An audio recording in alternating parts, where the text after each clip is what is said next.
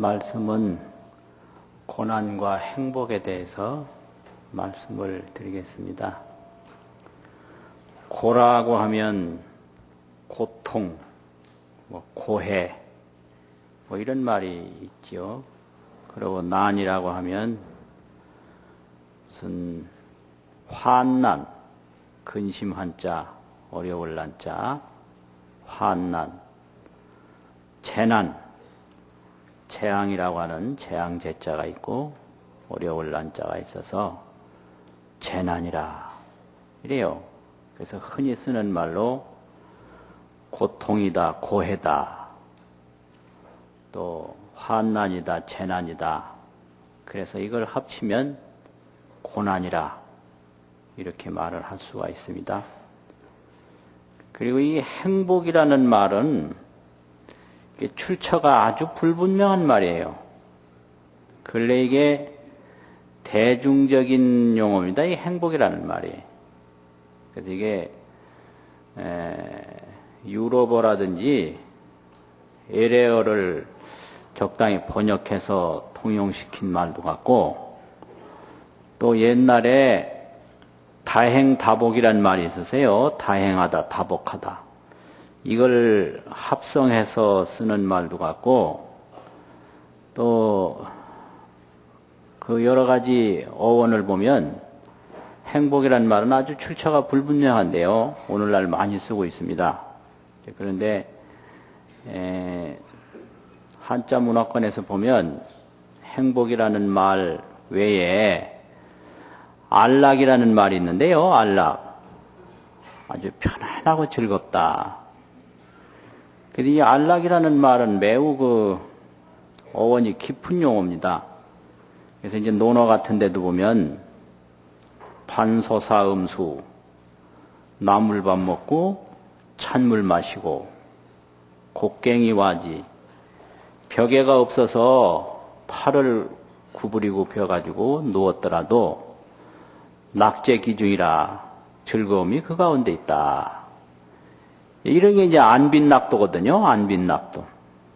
자기 그 가난한 것에 전혀 불평이 없고 편안하면서 도를 즐긴다.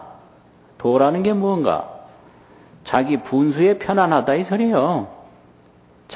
자식으로서는 자식돌이 하는 걸로 만족하고, 백성으로서는 백성돌이 하는 걸로 만족하고, 아버지는 아버지돌이로 만족하고, 이게 도지요. 도라는 것은 실천을 떠나서 없는 거기 때문에 사람으로서는 사람 노릇으로 만족하고, 부모로서는 부모 노릇으로 만족하고, 이 안빈낙도. 이런 게 이제 있고, 안분, 자기 분수에 편안하다. 그럼 자기 분수에 편안하다는 말, 자기 분수에 전혀 상대적인 불평이라든지 또 다른 허망된 욕구에 사로잡히지 않는 그러한 마음으로 분수를 잘 지키다 보면 즐거움이라는 건 그 가운데 있는 거지. 편안함이 없이 즐거움은 없다. 이게 이제 안락 사상인데, 이건 동아시아 철학에서 대단히 중요한 용어입니다. 안락이라는 말이. 그리고 이제 노자 도덕경에 보면은 제일 마지막 부분에 인간이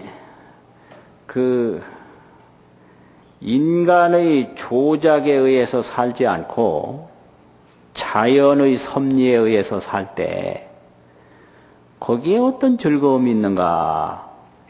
아주 그림같이 만화처럼 표현한 말이 노자 도덕경 제일 마지막 부분에 있는데요.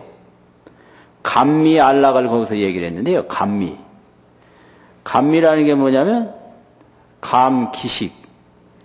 그 기자 음식 식자인데, 기식이라는 건 자기가 먹는 음식에 아주 다르게 생각해요. 그게 감기식이에요. 그러니까 내가 먹는 음식에 전혀 불평이 없는 거예요.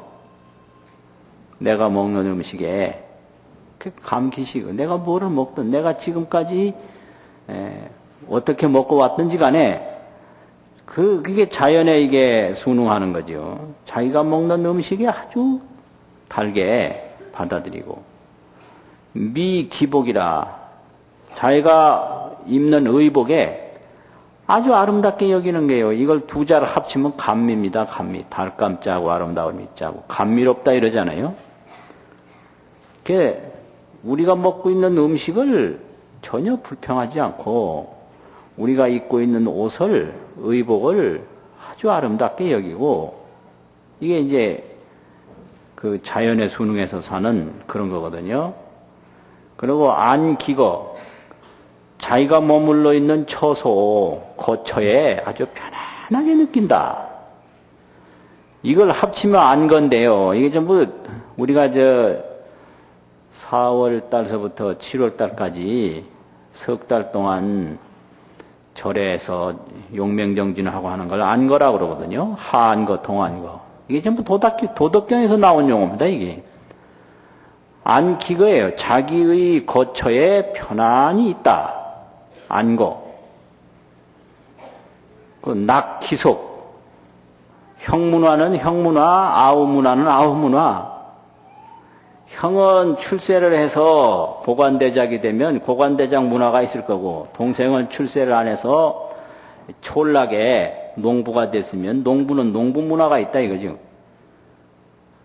그러면 농부의 아우가 형의 고관의 문화를 시기한다든지 뭐 안 좋게 생각할 일도 없고, 또 형의 고관의 문화로서 그 촌부의 문화를 나쁘게 생각할 것도 없고, 이게 아주 상대적 빈곤이라든지 그 다른 상대적 박탈감을 느끼지 않고 자기 처소에서 완전히 만족하면서 사는 것이 이게 무의 자연의 도가 문화의 이상을 설명한 겁니다. 이거 아주 만화와 같다 그래요. 이걸 볼 때 어디까지 가야 자연에 순응하는 것인가, 여기까지 가야 한다는 거죠. 근데 우리가 요즘 보면은 세계 여행이다 뭐다 해가지고 여행 그렇게 좋아하는 게 그게 다 뭐겠어요. 알고 보면은 자기 생활에 만족하지 못하는 그런 욕구가 여행도 하게 되고 여러 가지 비교도 하게 되고 하는 거거든요. 그래서 이제 이런 게 이제 안락입니다. 그럼 불교에서는 어떻게 얘기하는가? 불교에서는 좀 틀리거든요, 또. 그래서 안락은 이 유교, 도교, 불교에서 다 말하는데 그 의미가 틀려요. 그래서 유교에서 의미는 자기가 주어진, 자기가 처해 있는 환경에서 자기 분수를 열심히 하면서 그 가운데 즐거움을 느끼는 게 안락이고, 이제 도교에서 안락은 자연에 순응하면서 그 자연 속에서 즐거움을 느끼는 게 안락입니다. 그러면 불교에서는 어떻게 하는 게 안락인가? 이제 이거는 뒤에 좀 말씀을 드리기로 하고 우선 고난부터 이제 이야기를 하겠습니다. 고가 뭐냐? 고는 많이 들어봤죠? 사고팔고라고 가지고 생로병사가 다 고라고 하지 않습니까? 우선 나는 것 자체가 고지요. 알고 보면 이게 보통에서 난 게 아닙니다. 요즘 같아서는 정말로 또 낳기 힘들어요. 왜냐하면 어머니 아버지들이 아이 낳으면 돈 든다고 안 나니까. 안 나요. 그 아이 하나 낳는데 얼마나 투자를 해야 되는지 모르는 거지 이게. 근데 투자를 하면 이익이 보장돼야 되는데 이 아이 낳는 투자는 이익이 돌아올지 안 돌아올지 보장이 없어요 별로. 그러니까 이 자본주의 경제 이론으로 봐서 아이에게 투자하는 것이 이게 확실히 이게 불확실성인 것만은 확실해요. 이 정도까지 이제 온 겁니다. 근데 거기에 이제 그 어려움은 상당히 많은데, 가족관도 틀리고 인생관도 틀리고 그래서 아이를 요새 갑자기 안 낳고, 근데 여긴 또 이제 심리 문제까지 다 여기 들어가서 국가에서 재정으로 좀 뭐 지원을 한다 해가지고 재정 지원 바라고 아이 낳을 사람이 또 그렇게 많이 없을 거거든요. 이런 식이기 때문에 요즘에 한국 사회에서 태어난다는 것 자체가 이게 뭐 보통 어려운 게 아니죠. 또 우리가 기억도 못해서 그렇지, 어린 나이 때 이제 이 사회, 이 환경에 뭐 죽지 않고 적응하는 게 이게 사실 보통 어려운 게 아니에요. 저 캄보디아라든지 이런 데 보니까 유아 사망률이 굉장히 높다 그러거든요. 또 수상가옥이라고 그래가지고 물 위에서 사는데 빠지면 금방 죽는 거예요. 그래서 그 물 위에 익사사고가 얼마나 되느냐 하니까 말도 못하게 많다고 그래요. 뭐 그런 것같든지. 그래서 이 태어난다는 게 참 고통이고, 또 늙는다는 거, 이게 보통 일이 아니거든요. 근데 이게 얼마나 심각하냐면요. 보통 우리가 장애인 그러면 저 뭐 앞을 못 본다든지 길을 못 듣는다든지 뭐 이 지체가 많이 부자유하다든지 이런 사람을 장애인으로 아는데, 그것까지는 아는데 이 노인이 장애인이라는 건 아무도 몰라요. 늙으면 다 장애인입니다. 왜 장애인이가? 눈이 침침하면 이건 시각장애인이에요. 여기도 장애인 많이 계신 것 같아요, 내가 보니까. 내 경우에도 보니까 40 중반 넘어가니까 이상하다. 책을 보는데 어떻게 글자가 자꾸 줄어들고 그래서 왜 그런지 전혀 몰랐어요. 나중에 이제 시력 검사를 해보니까 이게 벌써 노안이다. 이래가지고 십몇 년이 지났거든요. 그러니까 눈이 침침하면 이건 시각장애인이에요. 귀가 잘 안 들리면 청각장애인이고, 기억력이 가물가물하면 이건 정신지체장애예요, 이거는. 이게요. 또 뭐 다리를 쩔뚝쩔뚝 하면 이건 지체장애예요. 장애라는 게 이게 멀리 있는 게 아니다 이 말이죠. 늙는다는 것 자체가 전부 장애입니다, 이게. 그리고 뭐 여러 가지 그 병고를 자꾸 수반하고, 그래서 이 늙는다는 게 이게 보통 일이 아니에요. 이게 아주 상당히 태어나는 것 못지않게 늙는다는 게 심각한 것이고요. 또 아프다라는 것도 이거 참 대단히 중요한 거거든요. 이게 아픔이라고 하는 것은 이게 삶과 죽음 사이에 있는데, 아주 이게 굉장히 중요한 거예요, 이게. 삶과 죽음 사이에 있는 게 이게 병이거든요. 그래서 일단 아프면 죽을 수도 있고 살 수도 있고요. 반반이에요. 그래서 이게 삶으로 돌아가느냐 죽음으로 돌아가느냐, 아주 이게 어디로 갈지 모르는 게 이게 아픈 겁니다. 이게 아주 심각한 거죠. 거기에 따르는 뭐 여러 가지 아픔이라는 거, 통증이라는 거 이제 말할 것도 없고요. 죽는다는 거, 죽는다는 게 왜 중요하냐? 모든 것이 다 끝나기 때문에 죽음 앞에는, 거기에는 나쁜 것도 끝나지만 좋은 것도 끝난다. 그 죽음이라고 하는 것은 다할 진짜, 사자는 진예라, 불교에서 이렇게 설명을 해요. 다 하는 것이다. 다 끝나는 것이다. 그래서 한편으로 보면 좋은 것도 있어요. 그래서 죽음을 축하해 줄 수도 있어요. 그 애도만 있는 건 아니거든요. 뭘 축하하느냐? 고통이 끝나는 걸 축하해 줄 수가 있어요. 오늘로서 고통이 끝나는 것을 축하한다 할 수가 있는 거예요. 그런데 또 애도할 수가 있는 거죠. 뭘 애도하느냐? 기쁨이 끝나는 걸 애도하는 거예요. 기쁨이 끝나는 걸. 그게 죽음의 의미입니다. 그런데 가서 돌아가신 집 가서 축하합니다. 이러면 잘 못 알아듣겠죠. 이해를 못 하겠죠. 그 축하 받을 일인 거예요, 그게. 근데 그거를 축하한 분이 장자라는 분이에요. 장자라는 분인데 자기 아내가 죽었을 때 물동이를 뭐 악기를 어디서 구해오기가 힘드니까 옆에 있는 물동이를 막 두드리면서 아내를 축하했어요. 왜 축하했느냐? 아내의 고통이 오늘로 다 끝났다. 그러니까 이 아내를 위해서 얼마나 좋은 일이냐 이랬거든요. 그런데 그걸 또 그대로 이해 못하고 뒤에서는 고분지 통이라 물동이를 두드린 아픔이다. 거기다 통자를 또 붙였어요. 사실은 그건 아니거든요. 그리고 이제 뒤에 또 어떤 사람 농담으로 새로 결혼하기 위해서 노래 불렀다. 뭐. 그러니까 말이 어디로 들어가냐에 따라서 해석이 전혀 다른 거예요. 그런데 사실은 죽는 날 기쁨도 있는 겁니다. 그래서 추운 고통이라든지 뭐 배고픈 고통이라든지 사람 속에서 느끼는 고통이라든지 죽는 날 끝나는 거 아닙니까? 고통도. 그런데 또한 기쁨도 끝난다. 그러니까 축하와 애도가 해당이 되는 거예요. 근데 우리 문화는 축하는 안 하고 애도만 하죠. 확실히 이제 그런 것 같아요. 부모가 돌아가셨을 때도 그 부모님의 고통이 끝난 걸 축하합니다. 이런 설명 없이 축하합니다 했다가는 큰일 날 것 같고, 이제 그렇게 될 거 아닙니까? 이게 생로병사.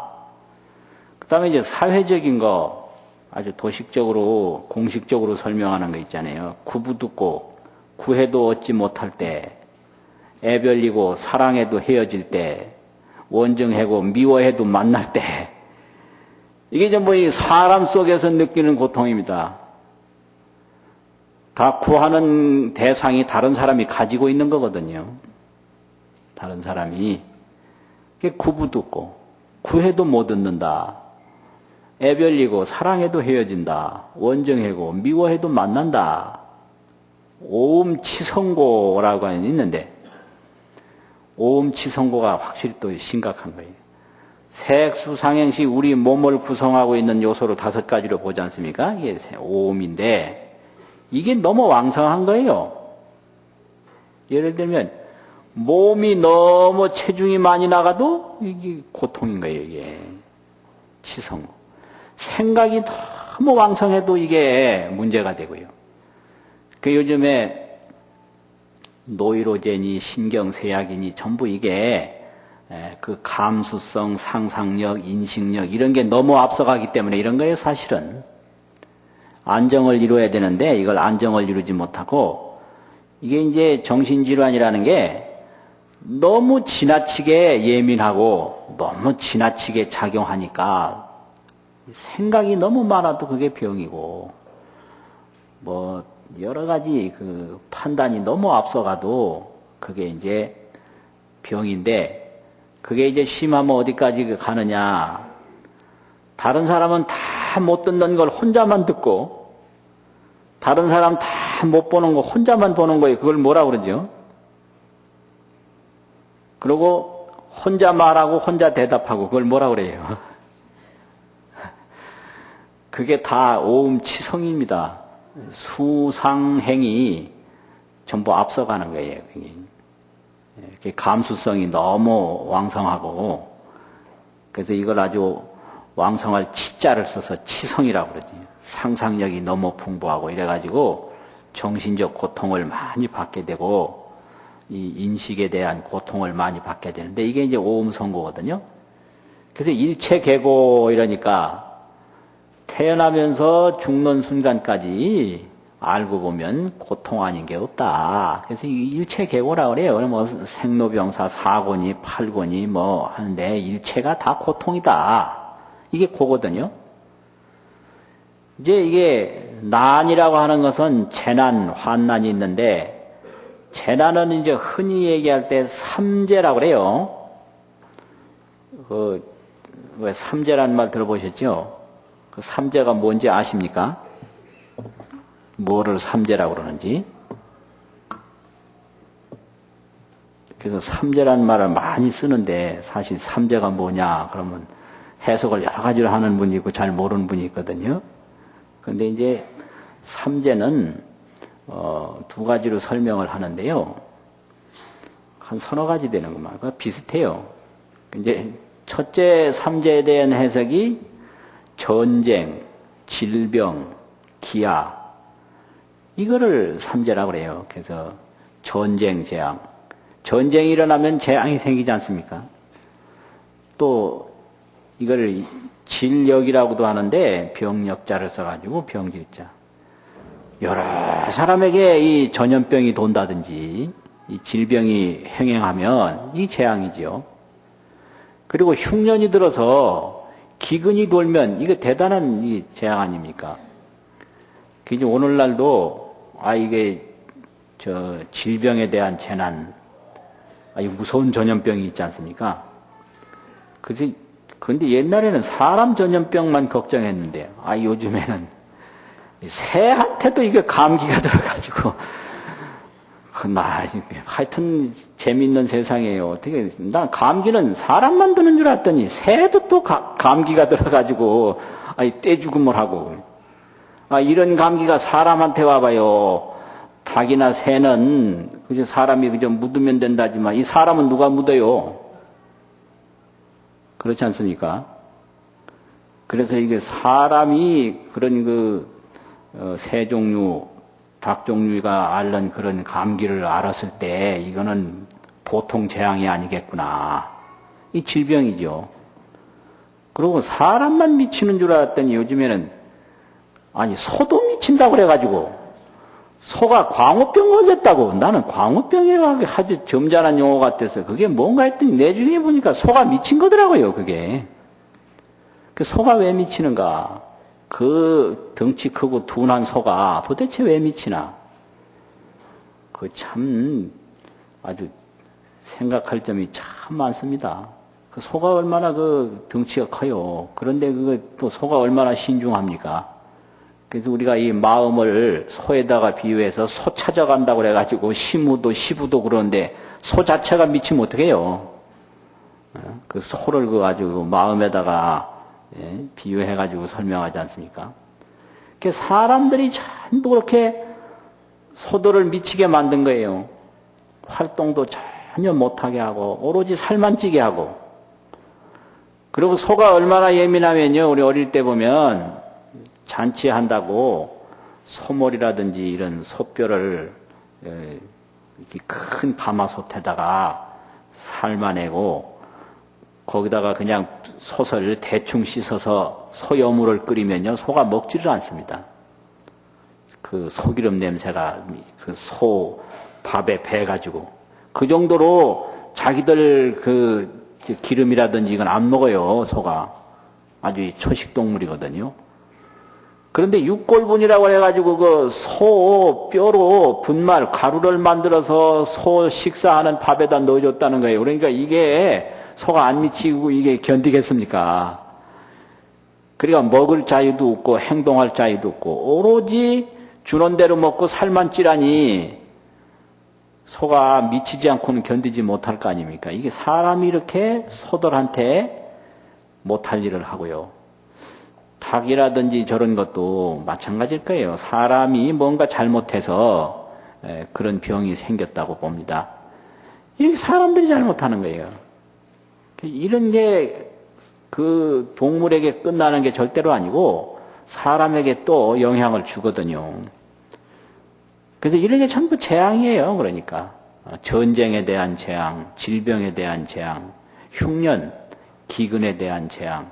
저 아프리카라든지 북한 같은데 이 기근, 이 굶주림이라고 하는 게 아주 심각하지 않습니까? 그런 거라든지 이런 거고. 이게 이제 첫 번째 삼재고요. 두 번째 삼재에 대한 해석은 화재, 수재, 풍재. 이건 삼재라고 그래요. 갑자기 큰 불이 났다. 이건 화재지요. 큰 홍수가 났다. 이건 수재 아닙니까? 태풍이 불고 폭풍이 분다. 이거는 풍재입니다. 우리도 우리나라에도 이런 재앙 종종 있지 않습니까? 큰 산불 난 거. 엄청난 재앙이거든요. 이거. 또 도심에서 큰 화재 난 거예요. 그 화재. 항상 이 화재 조심해야 되고 홍수, 수재 이거 조심해야 되고 풍재 이거 조심해야 되고. 근데 태풍 같은 데는 어느 지역에 따라서는 없는 데가 있어요. 없는 데가 있는데 우리나라 같은 경우에는 태풍이 아주 심한 지역이거든요. 그런데 이제 불교에서는 이 지구가 생길 때도 바람이 일어나고 이 지구가 없어질 때도 바람이 일어난다. 그렇게 이제 얘기도 합니다. 그런데 이제 바람을 이제 많이 맞게 되면 그게 풍재죠.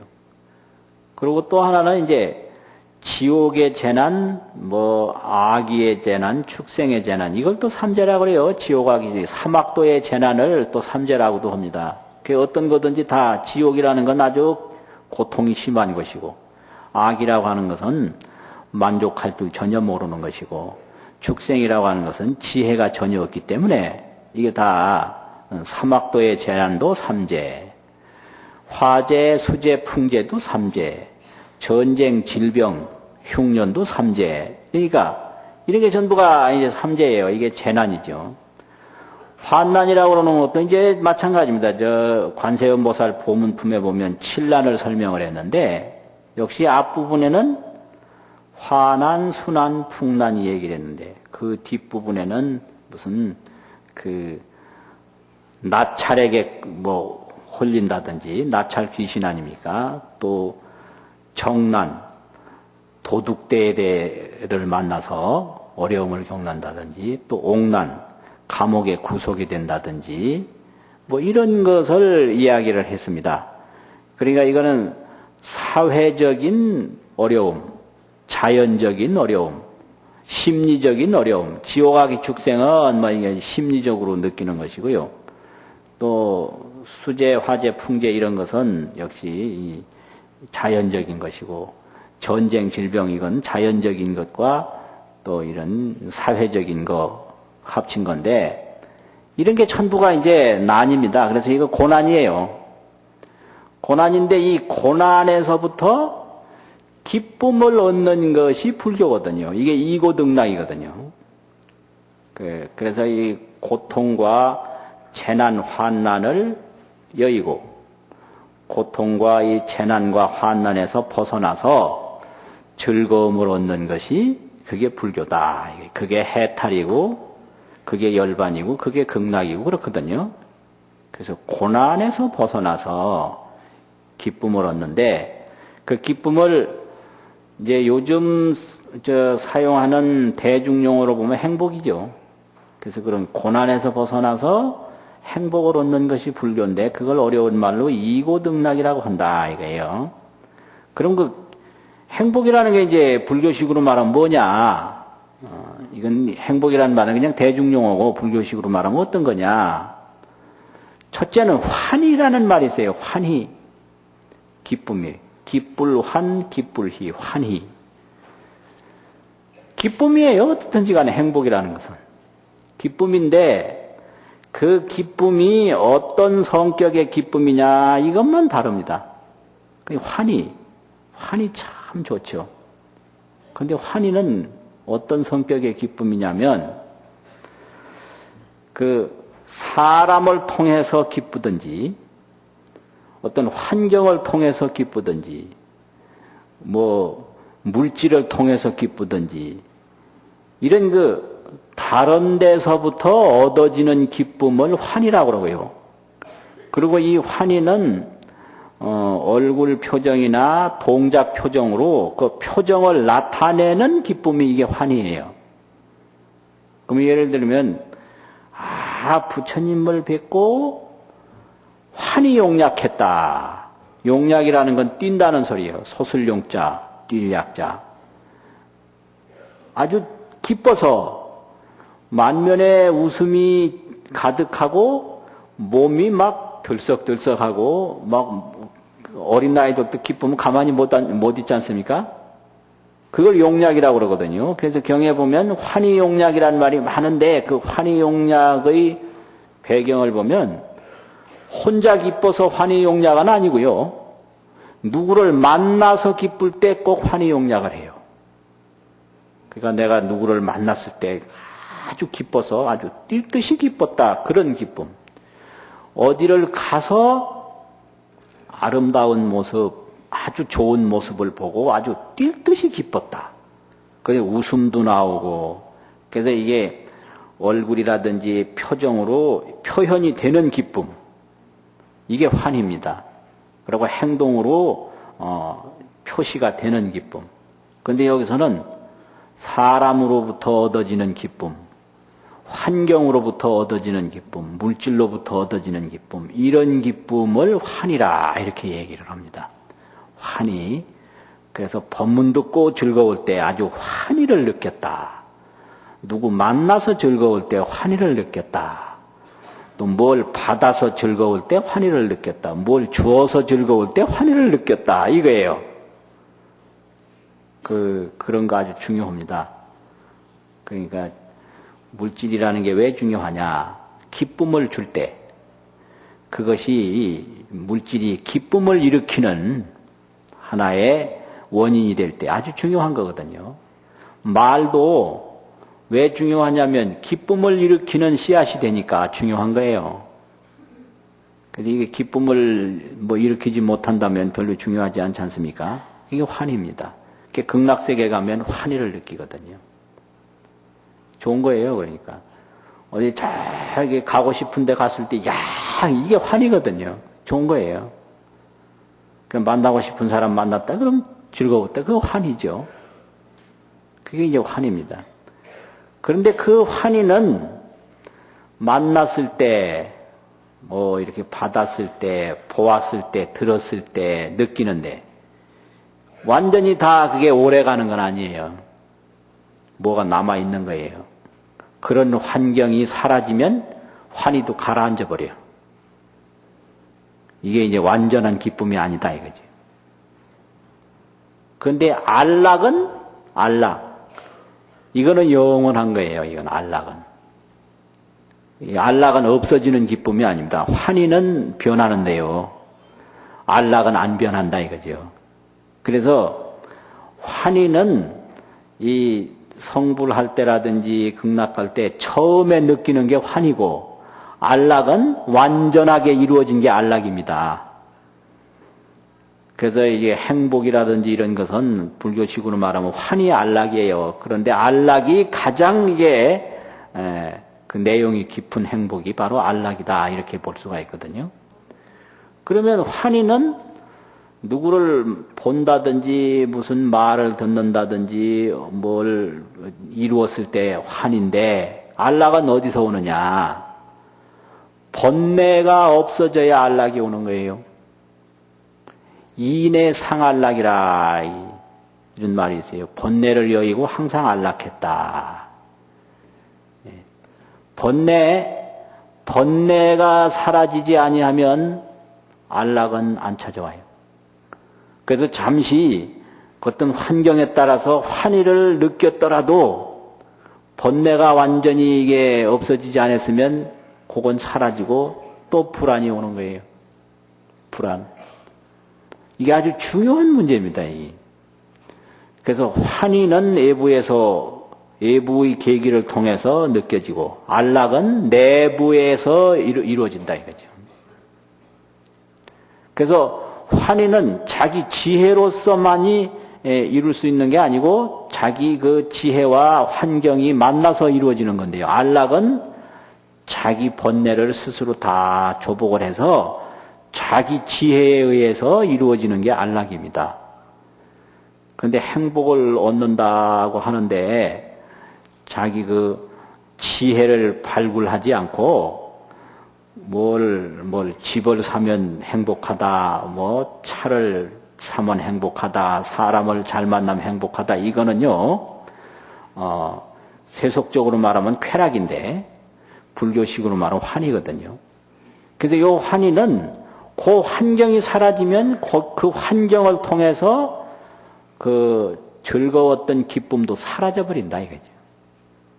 이게 문제인 거예요.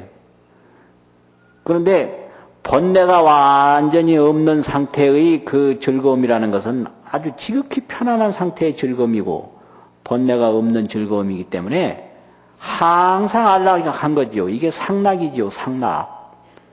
안락이 항상 유지되니까 상락 아닙니까? 상락이라는 게 이게 보통이 아니고요. 어떤 시간 속에서도 즐거울 때 이게 상락이고요. 어디를 가서도 즐거울 때 이게 상락입니다. 그러니까 즐거움이 나로부터 생겼을 때 이게 상락이 돼요. 항상 즐거움이 됩니다. 그러니까 누구를 만나든 상관없이 늘 즐겁고 어디를 가든 늘 즐겁고 낮에나 밤에나 항상 즐거운 상태가 그게 상락인데, 그게 상안락이란 말을 줄여서 상락이라고 하거든요. 항상 안락하다. 그럼 항상 안락이 어떻게 해서 되느냐? 번뇌가 남아있으면 항상 안락이 안 되는 거예요. 그래서 이내 번뇌를 여의어야 된다. 여일 이자 있잖아요. 번뇌를 여의어야 항상 안락하게 된다. 이거죠. 그 번뇌를 어째서 여의느냐? 지혜를 닦아야 되거든요. 그러니까 불교의 행복이라고 하는 것은 복을 많이 닦아야 환희가 있고 지혜를 닦아야 안락이 있다. 이게 불교의 행복이에요. 그러니까 우리가 왜 편안하지 못한가? 지혜가 모자라서 번뇌의 지배를 받기 때문에 편안하지 못하죠. 우리가 왜 자꾸 이 고난에 빠지느냐? 복이 부족해서 고통과 이런 환난, 재난에 빠지게 되거든요. 그러니까 복을 자꾸 닦으면 그 고난으로부터 벗어나게 되고요. 지혜를 자꾸 닦으면 그 번뇌로부터 벗어나서 안락을 얻게 된다 이거죠. 그러니까 이 안락이라는 것은 이제 옛날 우리 동아시아 모든 문화의 공통적인 건데, 불교의 안락이라고 하는 이론은 번뇌가 사라졌을 때 안락하다. 이게 불교 이론이에요. 도교 이론은 자연에 순응할 때 안락하다. 그리고 유교 이론은 자기 분수를 열심히 지킬 때 안락하다. 이거거든요. 이게 전부 이게 의미가 있는 거죠. 아버지가 아버지 그 분수를 저버렸을 때 안락하지 않고, 어머니가 어머니 분수를 잘 지켰을 때 또 편안하고 뭐 이런 거. 이게 아주 굉장히 중요한 건데요. 이게 사람이 이게 살아가는데 거의 같은 거예요. 이래서 유교라든지 도교라든지 이 불교가 공존할 수 있었던 것도 중요한 부분을 한쪽에서 어느 한 면에서 제공해주고 있기 때문에 이걸 종합적으로 필요로 느꼈던 거죠. 그래서 자연에 순응하는 것도 중요하고 자기 분수를 잘 지키는 것도 중요하고 자기 마음을 닦는 거 굉장히 중요하지 않습니까? 그러니까 우리가 행복하려면 복을 자꾸 닦아서 환경을 변화시켜야 돼요. 그러면 환희를 얻어요. 야, 기쁘다. 그리고 이 마음을 닦아서 이 어리석음에서 자꾸 벗어나야 편안하고 즐거움을 얻는다 이거지. 그게 해탈이거든요. 해탈. 그래서 이제 새해를 맞이해서 우리가 복을 많이 받아야 되는데, 복을 받으려면 고난에서 벗어나야 되는데요. 이 고통, 또 재난, 이런 데서 벗어나야 되는데, 이 고난에서 벗어나는 일은 뭐냐?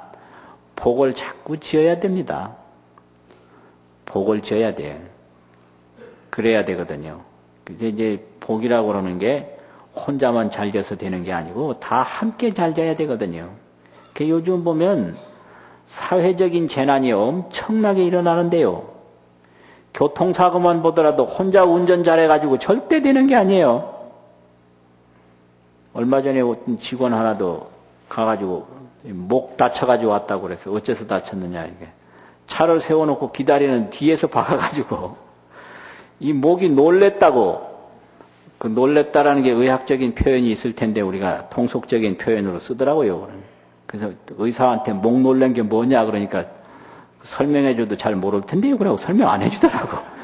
그런데 놀랬다라는 말은 이건 심리적인 용어니까 인체를 설명한 용어는 아니거든요. 그래서 놀란 게 뭐냐. 하여튼 놀랬다 이거죠. 그런데 이게 목 놀란 게 이게 보통이 아니에요. 이게 치료를 막상 하려고 보면 이게 하루 이틀 끝나는 게 아니라고요, 이게. 그래서 차라리 팔 부러진 거 치료하는 게 더 빠르다는 거예요. 이게 이 목 놀란 거, 이거 그냥 놔두면 안 됩니다. 또 통증도 자꾸 심해지고. 그런데 이거를 치료하려면 이게 하루아침에 그게 안 되더라고요. 뭘 침도 놓고 부항도 뜨고 뭣도 하고 이게, 이게 보통 일이 아니에요. 그런데 이건 대략 보면 나는 운전을 잘했는데 뒤에서 받아서 그렇게 되는 거예요. 목 놀래는 사고가. 대략 다 그렇게 돼요. 이게 무심히 이렇게 편안히 앉아있는 사람을 받으니까 조금만 받아도 충격이 많아가지고 목에 목이 놀라는 거예요. 한 번 놀라면 이걸 가라앉히려면 오래 걸린다. 그럼 그 사람이 왜 받았겠는가? 불안한 거예요. 불안하니까 마음이 불안하면 운전도 불안하고 무슨 일도 불안하고 다 불안하거든요. 왜 불안하게 됐느냐? 이 사회가 고난을 겪는 사람이 많으면 서로 불안을 느끼거든요. 그러니까 나 혼자 잘해서 절대 되는 세상은 아니죠. 우리 같이 잘해야 되지. 그래서 고난으로부터 점점 벗어날 때 그때 이제 환희를 얻게 되고 또 이 기쁨이라고 하는 것을 자꾸 이제 외부에서만 찾아가지고 완전하리라고 생각하는데 그거는 절대 아닌 거예요.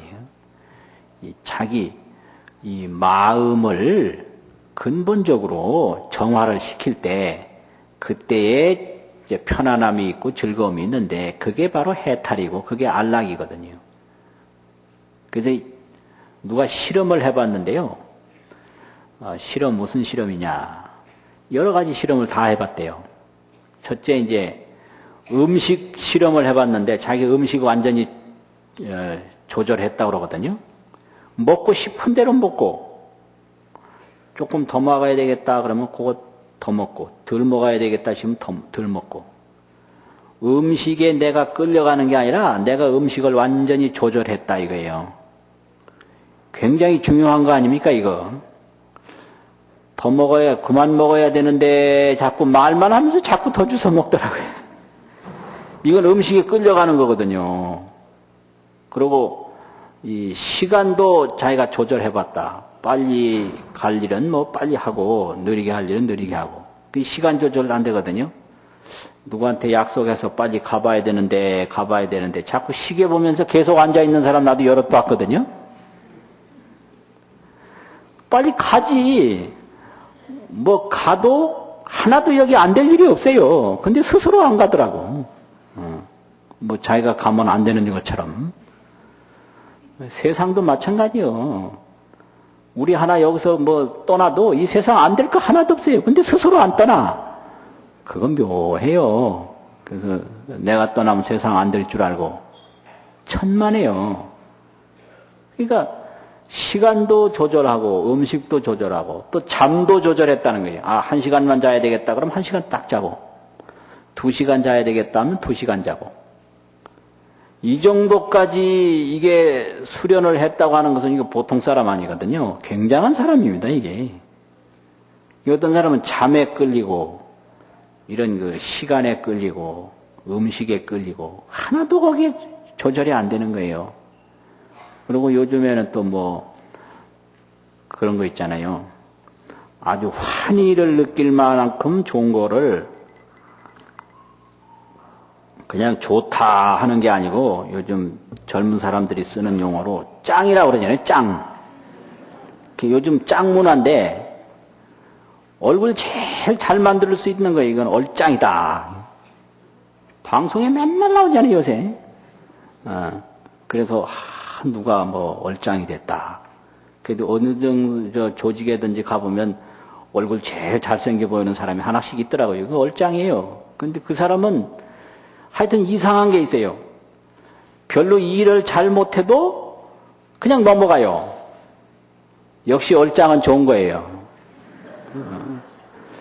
그 똑같이 잘못했는데 얼짱은 그냥 무사통과인데 얼짱 아닌 사람은 꼭 거기에 걸리더라고요, 보면. 야, 이게 참, 이게 재미있다. 근데 하나 걱정스러워요. 일이라는 것은 배울 때 배워야 되는데, 얼굴이 잘생기면 잘못해도 지적을 안 하니까 영원히 못 배울 거 아니냐. 공짜가 없는 거예요. 절대 공짜가 없습니다. 지적을 많이 당하면 그때는 나쁘지만 그걸 통해서 또 일을 더 확실히 배울 수 있어서 전문가가 빨리 됩니다. 그래서 다 불교에서 인과응보라고 하지 않습니까? 그래서 절대 그게 좋은 게 아니다고. 또 몸매를 잘 가꾸면 그 몸짱이라고 그러더라고요. 그래서 몸이 그냥 생긴 대로 놔두는 사람 인기 없어요. 생긴 대로 놔두지 말고 아주 잘 보기 좋게 다듬어서 나무도 잘 가꿔야 그게 뭐 인기가 있듯이 몸도 잘 가꿔서 보기 좋게 만드는 게 그게 몸짱이에요. 그냥 몸도 그냥 뭐 들어간 데 들어가고 나온 데 나오고 그냥 생긴 대로 아무렇게나 놔두면 뭐 인기 별로 없죠. 그러니까 이런 게 있는데 사실 이런 것도 다 쉬운 거예요. 그럼 뭐가 어렵느냐? 내 생각을 조절하기가 가장 어려운 거예요. 그게 번뇌를 여의는 겁니다. 음식 조복하기도 쉽고요. 무슨 수면 조복도 쉽고 시간 조절도 쉽고 몸도 가꾸는 것도 쉽고 그건 다 쉬운 건데 문제는 자기 마음을 조복하는 게 정말로 어려운 겁니다. 이게 마음 하나 조복하는 게 얼마나 어려우냐. 그래서 이런 것을 번뇌를 여인다 이러거든요. 근데 이거 굉장히 어려운 거기 때문에 자꾸 수련을 해서 내 마음을 통해서 편안함을 얻고 내 마음을 통해서 즐거움을 얻는 이런 노력을 자꾸 하는 게 그게 수행입니다. 수행이라는 게 딴 게 아니고요. 그래서 복 짓는 일하고 수행하는 일하고는 조금 다르거든요. 복 짓는 일은 환경, 고난으로부터 좋은 환경을 만들어가는 게 이게 복 짓는 건데요. 수행이라고 하는 것은 내 마음을 닦는 게 그게 진짜 수행이에요. 그래서 마음 닦는 건 뭐냐? 내 마음을 내가 이렇게 조절해 나가는 능력이죠. 그래서 미워하지 않으려고 해도 자꾸 미움이 생긴다. 이건 마음 조보가 안 된 거거든요. 생각은 어떤 사람이든지 똑같이 공평하게 하려고 했는데 딱 부딪히면 안 되는 거예요, 이게. 그래서 며느리하고 딸하고 다 같은 자식인데 딸 자식도 자식이고 며느리 자식도 자식인데 똑같이 해야 되겠다. 그건 딸하고 며느리하고 없을 때 그렇게 생각하거든요. 그런데 딱 나타나면 안 되는 거예요. 안 돼요. 그리고 또 며느리도 마찬가지예요. 그 시어머니 하는 걸 가만히 보니까 딸이 뭘 잘못하면 그걸 이해를 하는데 며느리가 잘못하면 이해를 하지 않고 원망을 하더라. 요 차이예요.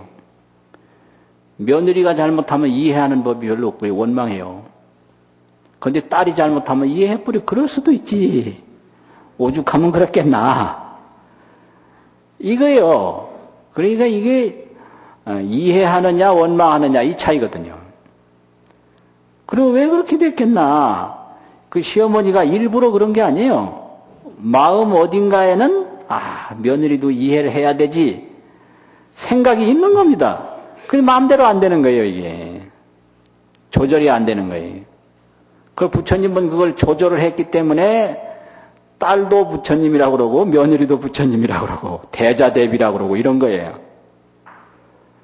그래서 이렇게 번뇌가 조복이 되면 언제나 편안하고 언제나 즐거우니까 그 번뇌가 조복된 상태에서 느끼는 기쁨을 안락, 환경이 좋게 만들어져 가지고 느끼는 기쁨을 환희 이렇게 된단 말이죠.